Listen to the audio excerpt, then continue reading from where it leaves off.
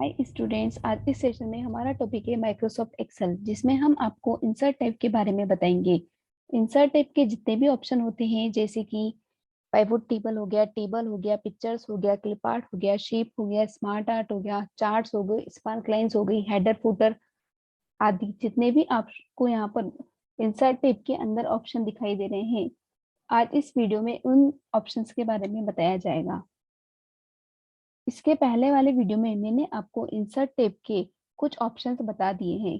अब नेक्स्ट है हमारा चार्ट ऑप्शन। चार्ट में क्या होता है, पहले वो देखते हैं कि यदि आपके पास अगर कोई डेटा है और अगर आप उसे चार्ट के रूप में प्रेजेंट करना चाहते हैं, तो आप चार्ट ऑप्शन का यूज कर सकते हैं। चार्ट ऑप्शन का यूज करने से पहले आपके पास या तो कोई डेटा होना चाहिए या फिर कोई टेबल बनी हुई होनी चाहिए। मैंने पहले से यहाँ पर एक टेबल बना रखी है और उस बनी बनाई टेबल के ऊपर मैं आपको चार्ट इंसर्ट करके बताऊंगी। चार्ट इंसर्ट करने के लिए पहले हम उस वाली टेबल को ओपन कर लेते हैं। यहाँ पर मैंने कुछ डेटा बनाया रखा है। इस डेटा के अंदर सेल पर्सन का नाम दिया हुए हैं, उनके डिपार्टमेंट दिए हुए हैं, उनकी जो सेल्स है 2015 की और 16 की, उनकी 2 ईयर की मैंने यहाँ पर सेल लिखी हुई है। अब इस डेटा का मुझे चार्ट बनाना है, मतलब इस डेटा को मुझे ग्राफ चार्ट के रूप में प्रेजेंट करना है। तो इस डेटा को चार्ट के रूप में प्रेजेंट करने के लिए पहले आपको इस डेटा को सेलेक्ट करना है। सेलेक्ट करने के बाद आपको इंसर्ट टैब में जाकर चार्ट वाले ऑप्शन पर क्लिक करना है। जैसे ही आप यहाँ पर चार्ट वाले ऑप्शन पर क्लिक करते हैं, आप देखेंगे कि यहाँ पर एक डायलॉग बॉक्स ओपन हो जाता है और इस बॉक्स के अंदर आपको चार्ट के अलग अलग टाइप दिखाई देते हैं, जैसे कॉलम, लाइन, पाई, बार, एक्सेट्रा। यहाँ पर इस तरह से चार्ट के अलग अलग टाइप दिए हुए हैं। जैसे आप कॉलम पर क्लिक करते हैं तो कॉलम के भी यहाँ पर अलग अलग टाइप दिए हुए हैं। लाइन यूज करते हैं तो लाइन के भी अलग अलग सब टाइप दिए हुए हैं। पाई पे क्लिक करेंगे तो पाई की भी अलग अलग सब टाइप दिए हुए हैं। आप जो भी चार्ट का टाइप इंसर्ट करना चाहते हैं वो टाइप यहाँ से आप सेलेक्ट कर लीजिए। जैसे मान लीजिए कि मैं कॉलम पर जाकर मुझे कॉलम का एक चार्ट का टाइप सेलेक्ट करना है। सेलेक्ट करके ओके पर क्लिक करूंगी। जैसे ही मैं ओके पर क्लिक करूंगी, आप देखेंगे कि यहाँ पर एक चार्ट का फॉर्मेट इंसर्ट होकर आ गया है। अब जो हमारा ये चार्ट बनकर आया है, ये हमारे डेटा के अकॉर्डिंग बनकर आया है कि हमारे पास जो, इस चार्ट को हम थोड़ा सा बड़ा कर लेते हैं जिससे हमें देखने में आसानी हो। अब आप यहाँ पर देखेंगे कि यहाँ पर जो नीचे की तरफ जो आ रहे हैं सेम सेल एम्प्लॉयज के नेम आ रहे हैं, यहाँ पर उनके डिपार्टमेंट के नेम आ रहे हैं और उनकी सेल्स 2015 और 16 के अकॉर्डिंग उनकी वैल्यूज यहाँ पर आ रही है कि किस एम्प्लॉय ने कितना सेल किया। जैसे ही आप चार्ट इंसर्ट करते हैं, यहाँ पर डिजाइन, लेआउट और फॉर्मेट वाला ऑप्शन ऑन हो जाता है। सबसे पहला ऑप्शन आता है डिजाइन। डिजाइन वाले ऑप्शन के अंदर सबसे पहला ऑप्शन आपको दिखाई देगा चेंज चार्ट टाइप। यहाँ से आप चार्ट का टाइप चेंज कर सकते हैं। मतलब कि अगर आपको यहाँ पर पहले हमने कॉलम वाला चार्ट का टाइप सेलेक्ट किया था, अगर आपको वहां पर चार्ट का टाइप कुछ और रखना हो तो आप यहाँ पर क्लिक कर सकते हैं। नेक्स्ट ऑप्शन आता है switch row and column. Switch row and column का मतलब क्या होता है कि जो आपका टेबल में जो डेटा है, वो जो डेटा रो में है वो कॉलम में चला जाएगा, जो डेटा कॉलम में है वो रो में चला जाएगा। जैसे आप यहाँ पर क्लिक करेंगे, आप देखेंगे कि जो आपका जो डेटा है वो यहाँ पर चेंज हो गया है। रो का डेटा कॉलम में चला गया है और कॉलम का डेटा रो में इंसर्ट हो गया है। नेक्स्ट ऑप्शन आता है आपका सेलेक्ट डेटा। यहाँ से आप डेटा को सेलेक्ट कर सकते हैं कि आपको 2015 की सेल्स दिखानी है या फिर 2016 की सेल्स दिखानी है। इस तरह नेक्स्ट ऑप्शन आता है आपके पास चार्ट टाइटल का। यहाँ पर आपके पास दो ऑप्शन दिखाई देंगे, पहला चार्ट टाइटल और दूसरा चार्ट स्टाइल। चार्ट स्टाइल में आप चार्ट की स्टाइल चेंज कर सकते हैं, मतलब उसकी कलरिंग, कलर आप बोल सकते हो, या फिर आप बोल सकते हो कि चार्ट का आप डिजाइन चेंज कर सकते हैं। और लेआउट पर जब आप क्लिक करेंगे तो यहाँ से आप चार्ट का पूरा लेआउट चेंज कर देते हैं। जैसे आप इस चार्ट के टाइप पर क्लिक करेंगे तो आप देखेंगे कि यहाँ पर जो चार्ट का लेआउट है वो चेंज हो गया है। नेक्स्ट ऑप्शन आता है आपके पास लेआउट का। लेआउट वाले ऑप्शन में सबसे पहला ऑप्शन है चार्ट टाइटल का। चार्ट टाइटल के अंदर क्या होता है कि यहाँ पर आपके पास चार्ट का टाइटल दिया हुआ है कि आप जो यहाँ पर चार्ट का टाइटल को कहाँ पर दिखाना चाहते हैं वो सेलेक्ट कर सकते हैं।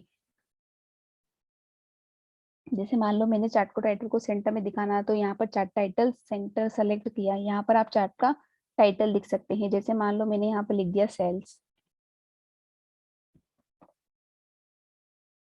इसी तरह से आप इस चार्ट टाइटल को कहाँ पर दिखाना चाहते हैं वो यहाँ से आप सेलेक्ट कर सकते हैं। अगर दिखाना चाहते हैं तो सेंटर पर दिखा सकते हैं, अबव पर दिखा सकते हैं। अबव का मतलब होता है ऊपर, या फिर नहीं दिखाना चाहते हैं तो उसे यहाँ से हटा भी सकते हैं।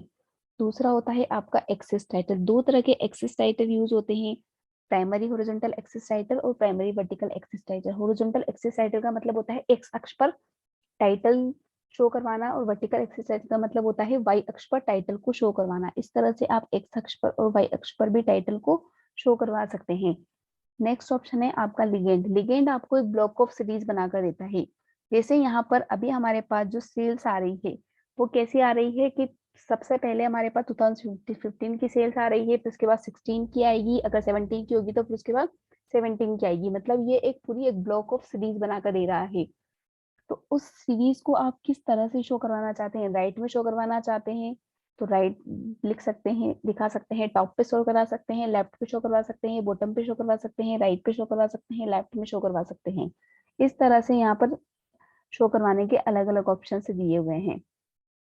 नेक्स्ट ऑप्शन आता है डेटा लेबल्स। डेटा लेबल्स में जब आप एक्सेल में चार्ट इंसर्ट करते हो तो चार्ट आपको वैल्यू शो नहीं करता है, तो आप डेटा लेबल ऑप्शन की सहायता से चार्ट के अंदर या ऊपर की तरफ वैल्यू शो करवा सकते हैं।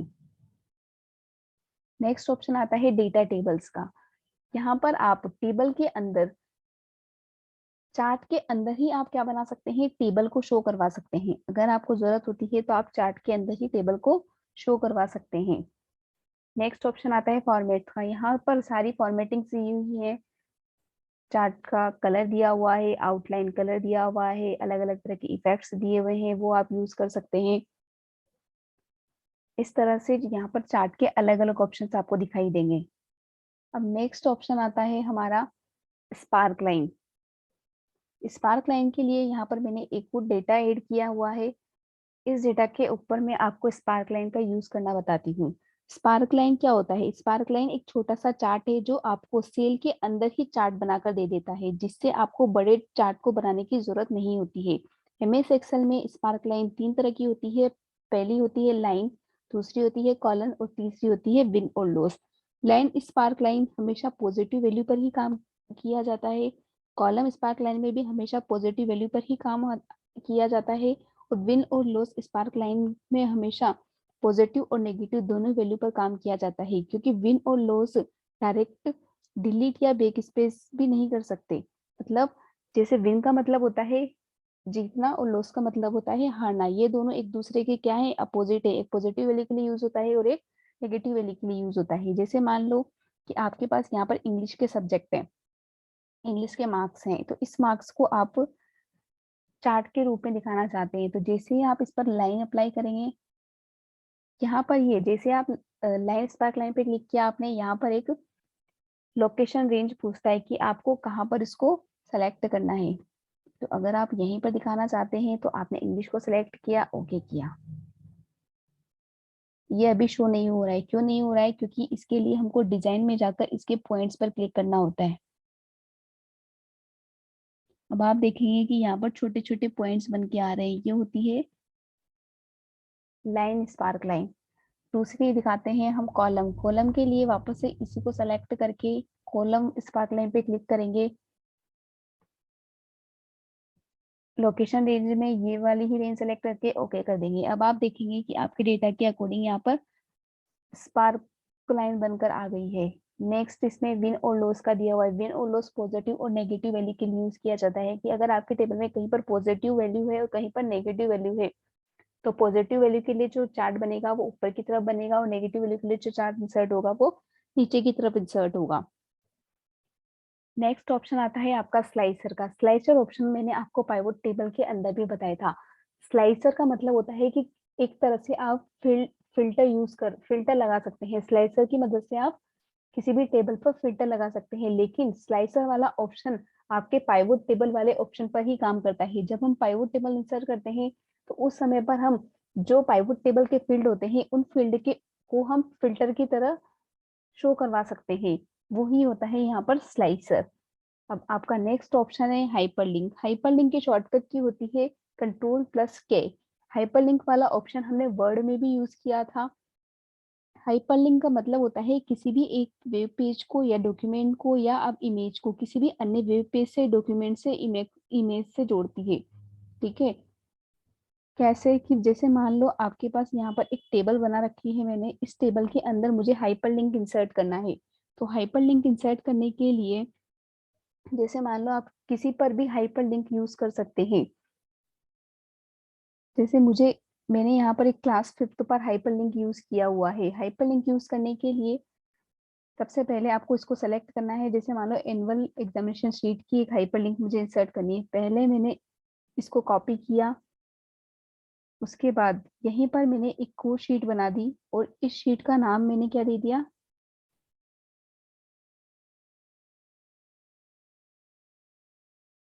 इस शीट को मैंने सेव किया और इस शीट का नाम मैंने दिया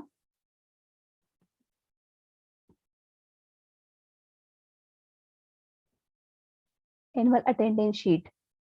देन उसके बाद मैंने इस पे क्लिक किया और यहाँ पर जाकर मैंने एनुअल अटेंडेंस शीट पर जाकर इंसर्ट पे जाकर हाइपरलिंक पे क्लिक किया। अब आप देखेंगे कि यहाँ पर एक इंसर्ट हाइपरलिंक का डायलॉग बॉक्स ओपन हो जाता है। इसके अंदर आपको एग्जीक्यूटिंग फाइल अलग अलग तरह से आप लिंक प्रोवाइड कर सकते हैं। अभी जो हमने किया था वो हमने क्या किया था, प्लेस इन दिस डॉक्यूमेंट की हमारा इसी जिस शीट पर हम काम कर रहे हैं उसी शीट पर हम लिंक देना चाहते हैं किसी दूसरी शीट का।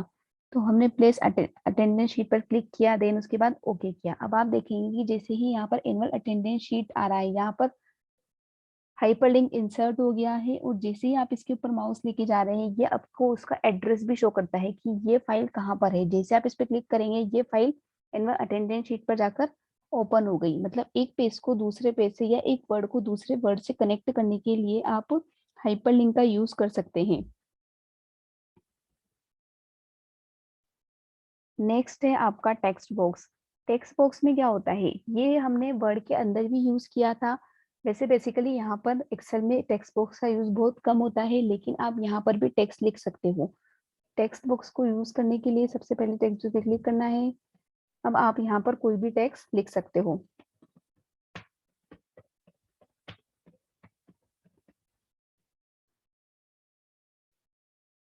नेक्स्ट ऑप्शन है आपका header and footer. Header and footer क्या होता है, हेडर और फुटर का यूज हमने वर्ड के अंदर किया था, लेकिन एक्सेल के अंदर भी header and footer option use किया जाता है। हेडर और फुटर एमएस एक्सेल में जब भी हम कोई वर्कशीट को प्रिंट करना चाहते हैं तो साथ में हम ये भी चाहते हैं कि प्रिंट में जो ऊपर की तरफ हेडर आता है, ठीक है, और नीचे की तरफ जो फुटर आता है उसमें हम कोई भी कंपनी का नेम ऐड कर सकते हैं। इस तरह की हम कोई भी इंफॉर्मेशन दिखाना चाहते हैं तो हम वहां पर हेडर एंड फुटर ऑप्शन का यूज कर सकते हैं।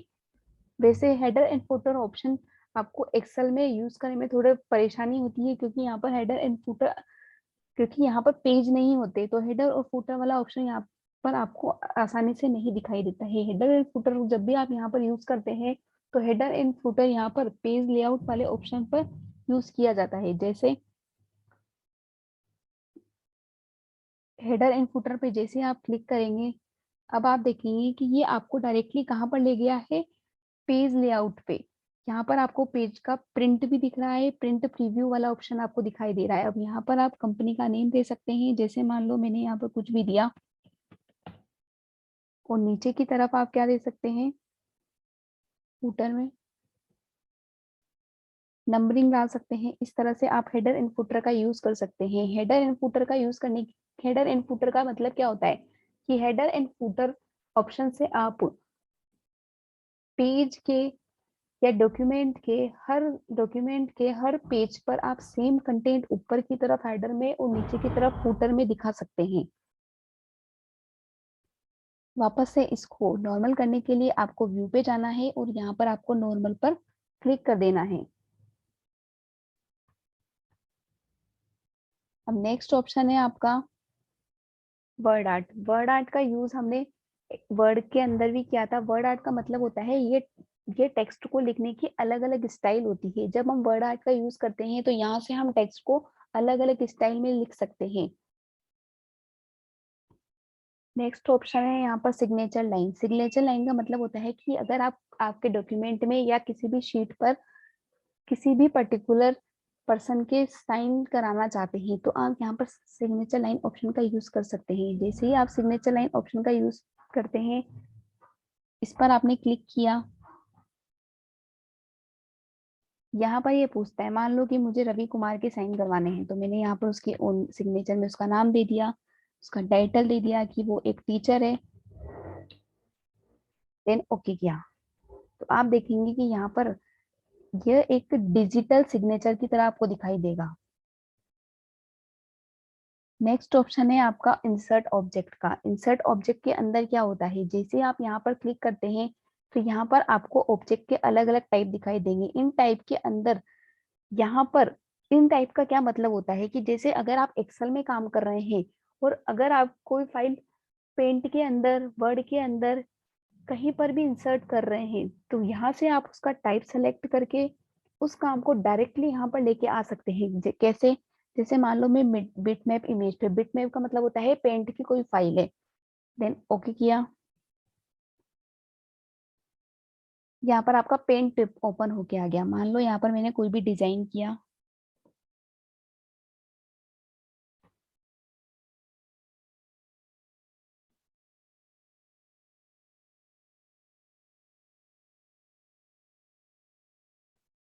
अब जैसे ही आप इसको यहाँ से क्लोज करेंगे, आप देखेंगे कि ये जो आपने इंसर्ट किया था ये कहाँ पर इंसर्ट होके आ गया है, एक्सेल में इंसर्ट होकर आ गया है। तो इस ऑप्शन से आप किसी भी फाइल को डायरेक्टली यहाँ पर इंसर्ट कर सकते हैं। नेक्स्ट ऑप्शन आता है आपका इक्वेशन का। यहाँ पर आपको मैथमेटिक्स इक्वेशंस जो होती है वो मैथमेटिक्स में यूज होती है। यहाँ पर कुछ बनी बनाई इक्वेशंस आपको दी हुई है, अगर आपको एक्सेल के अंदर इन इक्वेशंस की जरूरत होती है तो आप डायरेक्टली इनका यूज कर सकते हैं। इन इक्वेशंस में आप अपनी मर्जी के अकॉर्डिंग कुछ भी चेंज भी कर सकते हैं। जैसे जैसे मान लो मैं यहाँ पर एक इक्वेशन इंसर्ट करती हूँ, इस इक्वेशन में मैं अपनी मर्जी से कुछ चेंज भी कर सकती हूँ।